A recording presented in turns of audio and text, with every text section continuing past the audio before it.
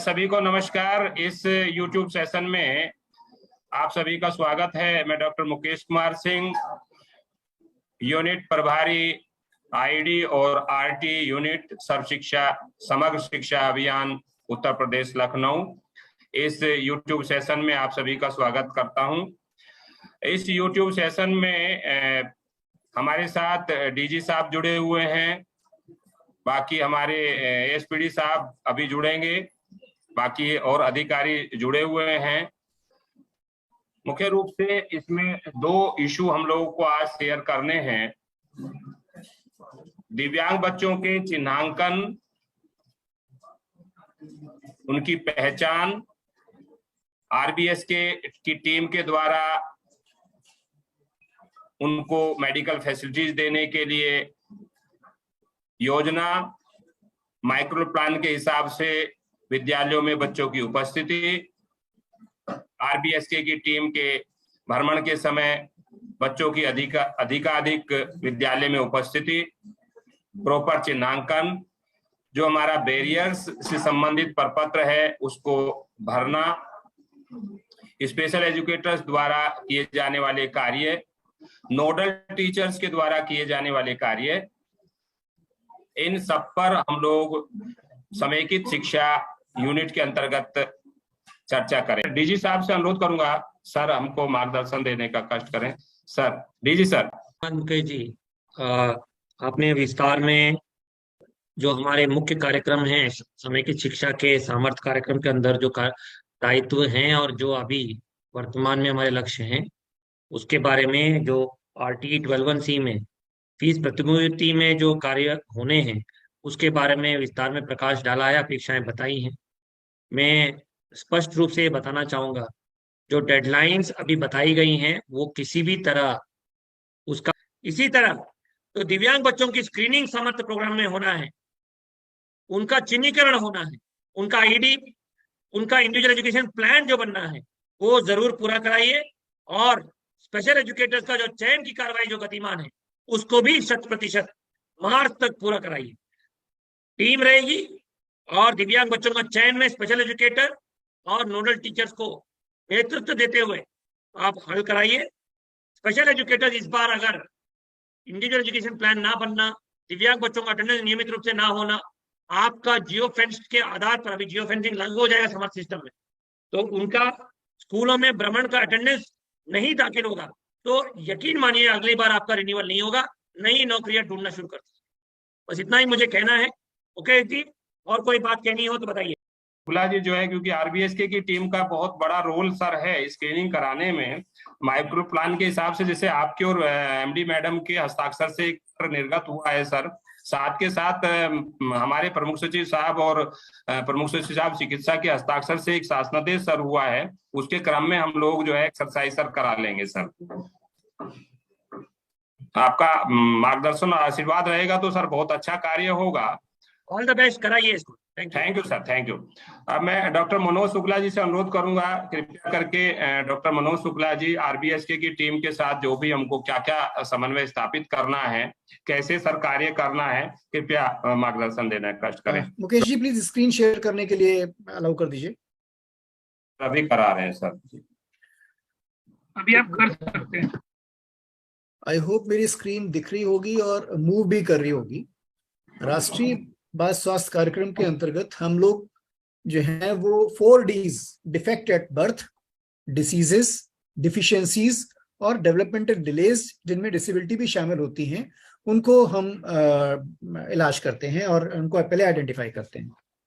ये हमारा मकसद है कि जो भी 19 साल से छोटे बच्चे हैं उनमें मॉर्बिडिटी और मोर्टिलिटी यानी कि बीमारी होने का खतरा और मृत्यु होने का खतरा, इन दोनों को ही हम कम कर सकें। और इसका जो असली लक्ष्य है वो बच्चों का जो आउटकम है, बच्चों को मतलब एक स्वस्थ बच्चा जो है वो हमारे समाज में रहे, इसको प्राप्त करना हमारा लक्ष्य होता है।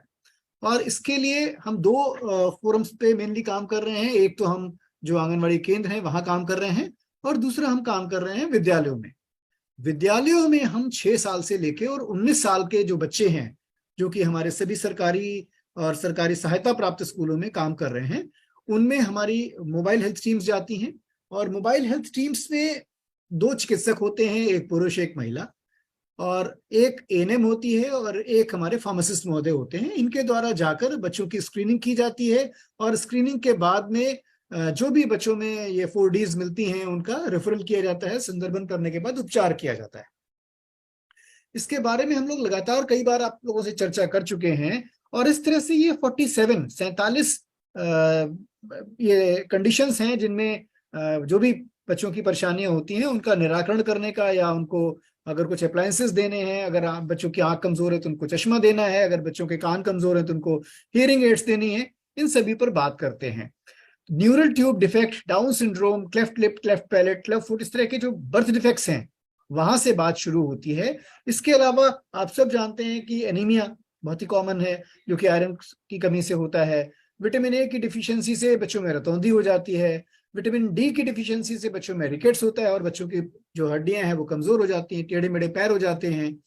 माल नरिशमेंट एक बहुत बड़ी समस्या है, जिसके कारण बच्चे जो हैं अपना जो अच्छा प्रदर्शन करना होता है वो प्रदर्शन नहीं कर पाते हैं। कुछ बच्चे आपने देखा होगा बहुत ही कुपोषित और बहुत ही पतले दुबले होते हैं, उनका जो विकास है उतना अच्छे से नहीं हो पाता। आजकल हमारे समाज में कुछ ऐसे बच्चे भी देखने में आएंगे जो कि वो कमजोर नहीं है, वो बहुत ओबीस हैं, लेकिन ओबीस मोटे होने के कारण भी उनका जो विकास है वो उतना सुचारू रूप से नहीं हो पाता जितना सुचारू रूप से होना चाहिए।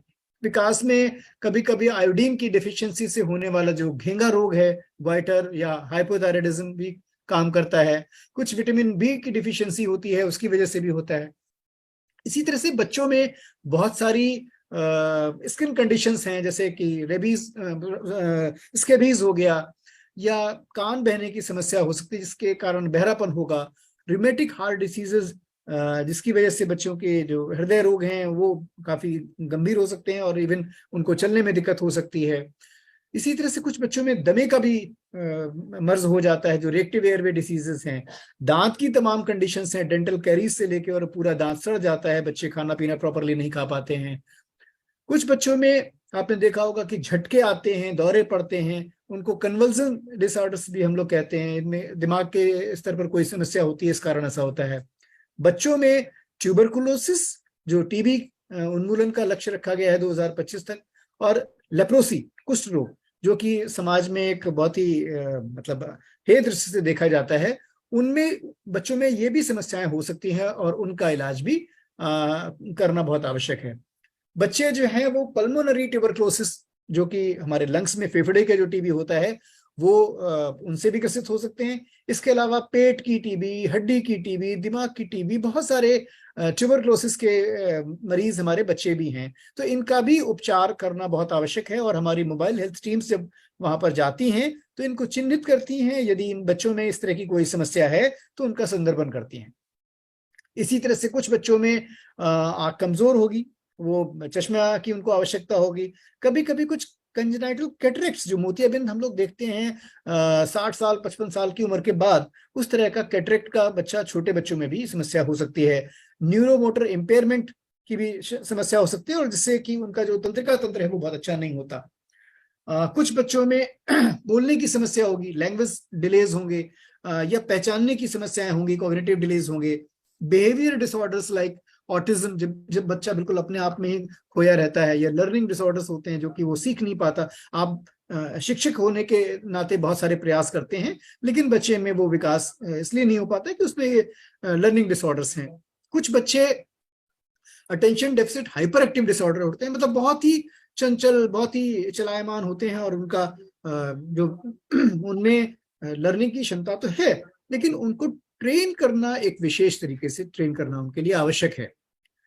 यही बच्चे जब किशोरावस्था को प्राप्त होते हैं तो आप जानते हैं कि 10 साल से लेके और 19 साल के बच्चे हमारे किशोरावस्था में आते हैं। उनमें उनकी जो बढ़ोतरी हो रही है, जो हाइट और वेट बढ़ रहा है, और साथ में शरीर में जो परिवर्तन हो रहे हैं, उनके कारण बहुत सारे कंसर्न्स जन्म लेते हैं, बहुत सारे समस्याएं आती हैं, लड़कों में भी और लड़कियों में भी। कोई बच्चा छोटा ही रह जाता है तो वो चिंतित रहता है, कोई बच्चा बहुत लंबा हो जाता है तो उसको भी कंफ्यूजन होता है। इसी तरह से उसी उम्र में सब्सटेंस अब्यूज, यानी कि कुछ लोग सिगरेट, पान, तंबाकू, अल्कोहल, और भी नशे की चीजें लेने को तैयार हो जाते हैं। ऐसा नहीं है कि ये केवल जो उच्च वर्ग के लोग हैं उन्हीं में समस्या है। ग्रामीण क्षेत्रों में जो हमारे स्कूलों में, सरकारी स्कूलों में और सरकारी सहायता प्राप्त स्कूलों में भी बच्चे हैं, उनमें भी इस तरह की समस्याएं रहती हैं।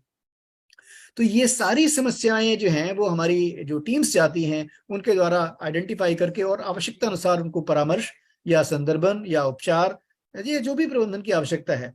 लड़कियों में पीरियड्स के बारे में तमाम भ्रांतियां हैं या उनके इरेगुलर पीरियड्स हो जाते हैं तो उनके बारे में उनको चिंता होती है।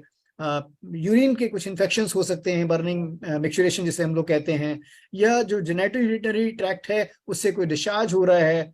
तमाम ग्रामीण भाषा में जैसे हम लोग धात की बीमारी है, इस तरह की बातें करते हैं। मेंस्ट्रुएशन में पेनफुल भी हो सकता है। तो तमाम सारी ऐसे इश्यूज हैं जिन पे हमारे जो बच्चे हैं वो बहुत परेशान होते हैं और उनको कोई उपचार नहीं होता, वो अस्पताल जाने से डरते हैं।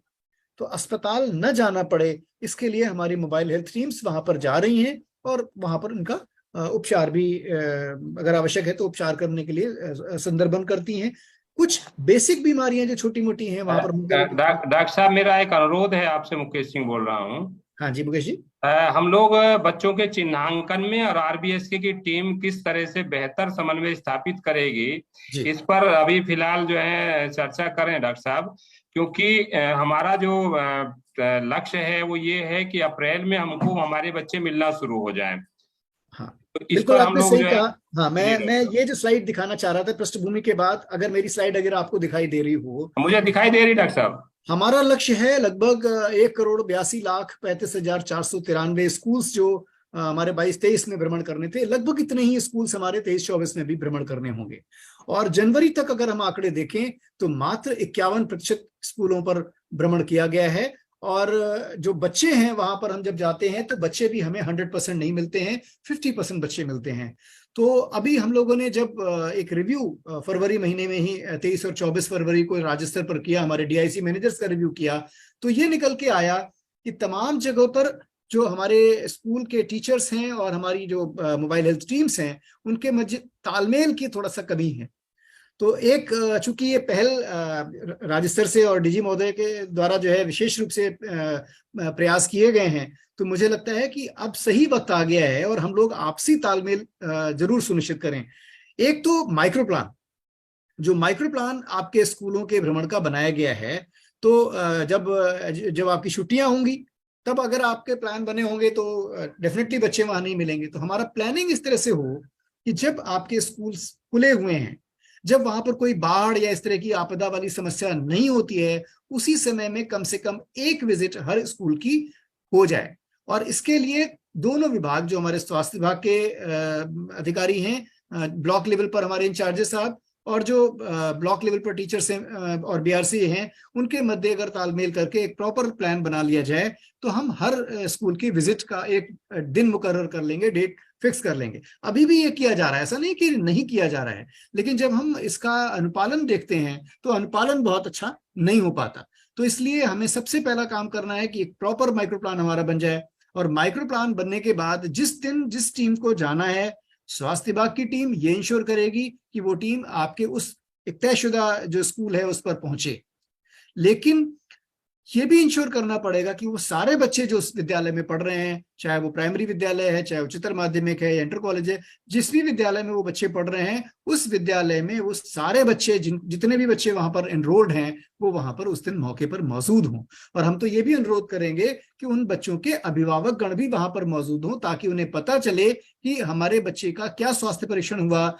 अगर कोई बीमारी उनको पहले से पता है तो हमारी टीम को वो अवगत करा सकते हैं, बता सकते हैं, ताकि हमारी टीम आइडेंटिफाइड बच्चों में खासतौर से और अच्छे से चिन्हांकन कर लेगी और बेहतर ढंग से प्रयास करेगी। इसके अलावा ये भी देखा गया है कि जो हमारे विद्यालय हैं वहां पर टीम बहुत लेट पहुंचती है और टीम के भी कई बार पर्याप्त लोग नहीं होते हैं, कोई 1-2 लोग ही जा रहे हैं। तो अभी हम लोगों ने सभी जिलाधिकारी महोदय को एक पत्र हमारे प्रमुख सचिव महोदय के द्वारा भेजा गया है और उसमें आग्रह किया गया है कि जब भी हमारी टीम आपके यहाँ जाएगी तो किस समय वो पहुंची उस समय आप डलवाइए, किस समय वो टीम वहां से निकली है वो समय आप डलवाइए। इसके अलावा टीम के सदस्य हैं 4, उन सभी के हस्ताक्षर और नाम वहां पर एंट्री कराइए, ताकि एक तरह से बाध्यता भी उनको रहे कि वो टीम जब जाएगी तो वो सही समय पर पहुंचे। अगर कहीं देर से पहुंच रही है तो ये ना हो कि देर में 12 बजे पहुंची है और 1 बजे वापस चली गई। तो ये काम अगर हम कर लेंगे तो हमारी टीम की ज्यादा बेहतर समय वो वहां पर दे पाएगी, और बच्चों को ज्यादा समय देखकर हम अच्छे से उनका आइडेंटिफिकेशन कर पाएंगे और उपचार कर पाएंगे। इसके अलावा नीड हमें डेवलप करनी पड़ेगी। जो समुदाय में आवश्यकता की बात होती है, तो यहाँ हमारा जो समुदाय है वो हमारा विद्यालय है। विद्यालय में जब बच्चों को एक बार अच्छे ढंग से परीक्षण किया जाएगा, सभी बच्चों में जो बीमारियां या जो भी दोष हैं या जो भी उनकी परेशानियां हैं उनको आइडेंटिफाई कर लिया जाएगा, तो मैं समझता हूं कि उनका संदर्भन भी प्रॉपरली होगा, उनका उपचार या प्रबंधन भी प्रॉपरली होगा। तो इस लिहाज से इम्पोर्टेंट हो जाता है कि हम इस व्यवस्था को थोड़ा सा दोनों लोग इसमें प्रयास करें। जो हमारे एजुकेशन के अध्यापक गण हैं उनको अपने स्तर पर प्रयास करना पड़ेगा, जो हमारी टीमें हैं उनके लिए स्वास्थ्य विभाग की तरफ से प्रयास करना पड़ेगा। आपकी तरफ से यदि कहीं पर आपको लगता है कि टीम प्रॉपरली नहीं जा रही है, समय से नहीं जा रही है, समय से पहले लौट रही है, तो इस इशू को आप वहां के इंचार्ज साहब को बताएं। एक और अनुरोध करना चाहूंगा कि जनपद स्तर पर जो हमारे बीएसए साहब हैं, वो जो डीएचएस की बैठकें होती हैं उनमें भी इन मुद्दों पर बात होती है, चर्चा होती है। जिलाधिकारी महोदय की अध्यक्षता में डीएचएस की बैठक होती है और उनमें कार्यक्रम का रिव्यू किया जाता है। पिछले 2 साल थोड़े से स्वास्थ्य विभाग के लिए कोविड के कारण कुछ इस तरह के साल हुए कि कोविड के अलावा बाकी सारी चीजों को थोड़ा सा साइडलाइन कर दिया गया। लेकिन ये जो कार्यक्रम है राष्ट्रीय बाल स्वास्थ्य कार्यक्रम, ये बहुत ही महत्वपूर्ण कार्यक्रम है, और इस कार्यक्रम में हम किसी भी कीमत पर अपने बच्चों को जो 19 साल से छोटे हैं, जो देश का भविष्य हैं, उनको नकार नहीं सकते। तो यदि ये मांग आपकी तरफ से डीएचएस की बैठक में आए, आपकी तरफ से ये अपेक्षा की जाए कि स्वास्थ्य विभाग की टीमें जैसे पहले आती थी उसी तरह से बल्कि और मुस्तैदी से आए और बच्चों का स्वास्थ्य परीक्षण करें, तो शायद जो जिलाधिकारी महोदय आरबीएस की टीम्स के प्रति अभी उनका जो थोड़ा सा एक डाइवर्ट हो गए हैं, वो नहीं उतना इनको समय दे रहे हैं।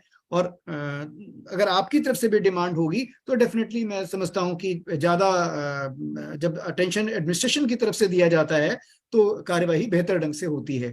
और साथ में ही मैंने जैसे भी आपको बताया कि प्रमुख सचिव चिकित्सा स्वास्थ्य एवं परिवार कल्याण साहब जो पार्थ सेन शर्मा साहब हैं, उनके द्वारा भी सभी जिलाधिकारियों को एक पत्र पर्सनली प्रेषित किया गया है।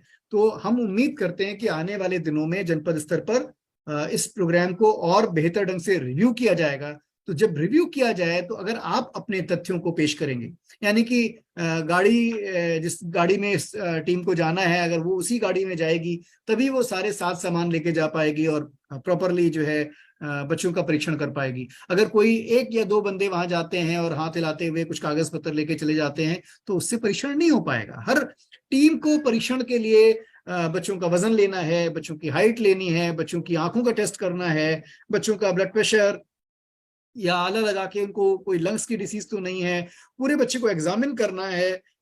तो ये सारी चीजें तभी संभव होंगी जब वो सभी साजो सामान के साथ टीमें जाएंगी और वहां पर पर्याप्त समय देंगी। और ये तभी होगा जब हमारे विद्यालयों की तरफ से भी इसके प्रति एक डिमांड, एक मांग हो। इसके बाद जो बच्चे आपके किसी न किसी दोष से, किसी बीमारी से ग्रसित होंगे, जब आइडेंटिफिकेशन कर लिया गया है तो एक दिन मुकर्रर करके कि भाई आपको शनिवार को या बृहस्पतिवार को विद्यालय से जो है प्राथमिक स्वास्थ्य केंद्र पर या जिला अस्पताल पर जाने की आवश्यकता है। तो यहाँ पर हमारे जो शिक्षक बंधु हैं, हम उनसे आग्रह करना चाहेंगे कि आप उन बच्चों को विद्यालय से छुट्टी देकर हमारे अस्पतालों पर भेजिए, ताकि उनका जो आवश्यक उपचार है या जो भी आवश्यक प्रबंधन किया जाना है वो किया जा सके। अगर बच्चों को सही उपचार मिल जाएगा, सही उनका प्रबंधन हो जाएगा, उनकी जो बीमारियां हैं वो कम होंगी, तो वो बेहतर ढंग से अपना प्रदर्शन कर पाएंगे।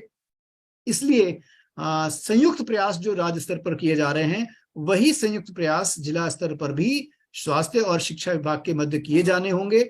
मैं केवल कुछ स्लाइड्स आपको दिखाना चाहूंगा कि बच्चों में लगभग 10% जो है वो बर्थ डिफेक्ट्स होते हैं, जैसे क्लेफ्ट लिप और क्लेफ्ट पैलेट, आपने देखा होगा कटे फटे होंठ वाले बच्चे, इन बच्चों का उपचार संभव है 9 महीने के बाद। किसी भी उम्र पे अगर किसी बच्चे का कटा फटा होंठ है तो उसका उपचार संभव है, उनको ऑपरेशन करके। और हमने देखा कि उनकी चेहरे की बनावट तो बिगड़ती है, साथ में ही जो उनके बोलने की भाषा है वो भी खराब हो जाती है। इसी तरह से तमाम जो खाल की बीमारियां हैं, जैसे हमारे स्कैबीज हो गया या सोरियासिस हो गया, ये तमाम और बीमारियां हैं, और कान बह जाना या आंख कमजोर होना, मीजल्स चिकन पॉक्स होना, तो ये सारी चीजें भी, और रिमेटिक हार्ट डिसीज जिनकी वजह से हार्ट हमारे बच्चों का खराब होता है, तो ये सभी चीजों का उपचार अगर बच्चे को मिल जाएगा तो वो ज्यादा स्वस्थ होगा। बच्चे अगर कुपोषित हैं, जैसा कि इस चित्र में दिख रहा है, तो ये कुपोषित बच्चे अच्छा प्रदर्शन अपने विद्यालय में भी नहीं कर पाएंगे। इन बच्चों को अगर आपके द्वारा न्यूट्रिशनल गाइडेंस मिल जाएगा, कभी कभी एनआरसीज होते हैं, न्यूट्रिशनल रिहेबिलिटेशन सेंटर्स जो हमारे जनपदों में हैं, कुछ ब्लॉक स्तर पर भी हैं, वहां पर अगर ये बच्चे पहुंच जाएंगे तो इनको सही खान पान या खान पान की सलाह जो भी आवश्यक होगा इन बच्चों के लिए वो मिल जाएगा। विप्स का कार्यक्रम तो आप स्वयं ही आयरन की गोलियां दे रहे हैं, लेकिन कुछ बच्चों में ऐसा भी एनीमिया होता है जो केवल आयरन और फोलिक एसिड की टेबलेट देने से नहीं जाता है, तो उसके लिए अगर प्रॉपरली उपचार मिल जाएगा। या बच्चों में अगर डेंटल कैरीज है, दांत की समस्या है, और आपने उनका दांत प्रॉपरली कर दिए, तो प्रॉपरली च्यूड फूड जो है वो बच्चे को ज्यादा अच्छे से पाचन में भी हेल्प करेगा और हमारी उसके लिए मदद करेगा, जो विकास है उसमें मदद करेगा। तो इसलिए आप सभी से अनुरोध है कि अपनी तरफ से भी जो एक डिमांड है वो पैदा करिए, ज्यादा से ज्यादा बच्चों को स्कूलों पर लाइए। स्कूलों में जब टीम जाती है और वहां पर बच्चे नहीं मिलते हैं तो भी हमारी टीम का मनोबल गिरता है। बच्चों को, जैसे चिकित्सक को जब ज्यादा बच्चे, ज्यादा मरीज मिलते हैं, ज्यादा लाभार्थी मिलते हैं, तो उसको ज्यादा मोटिवेशन होता है। तो इसी तरह से यदि जो है आपके बच्चे वहां पर होंगे और तब हमारी टीम वहां पर जाएगी तो शायद ज्यादा बेहतर प्रदर्शन कर सकें। ये बात मैं आप सभी से कहना चाह रहा था, ताकि हम दोनों लोग मिलकर, मतलब स्वास्थ्य और शिक्षा के दोनों विभाग मिलकर जितना अच्छा प्रदर्शन कर पाएंगे उतना अकेले स्वास्थ्य विभाग या अकेले शिक्षा विभाग नहीं कर सकेगा।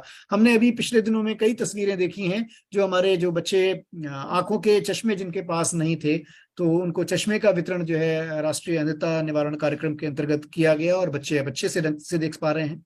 हमारी योजना ये भी है कि अगर किसी विद्यालय में बहुत सारे बच्चे आंख के रोग से पीड़ित हैं तो जो ऑप्टोमेट्रिस्ट है वो वहीं पर आ जाए और एक बार सारे बच्चों का परीक्षण कर ले और उसके बाद उनको चश्मा दिला दिया जाए। इस छोटे से काम के लिए बहुत सारे बच्चों को अपना स्कूल का समय हर्जन न करना पड़े, तो हम ये भी प्रयासरत रहेंगे।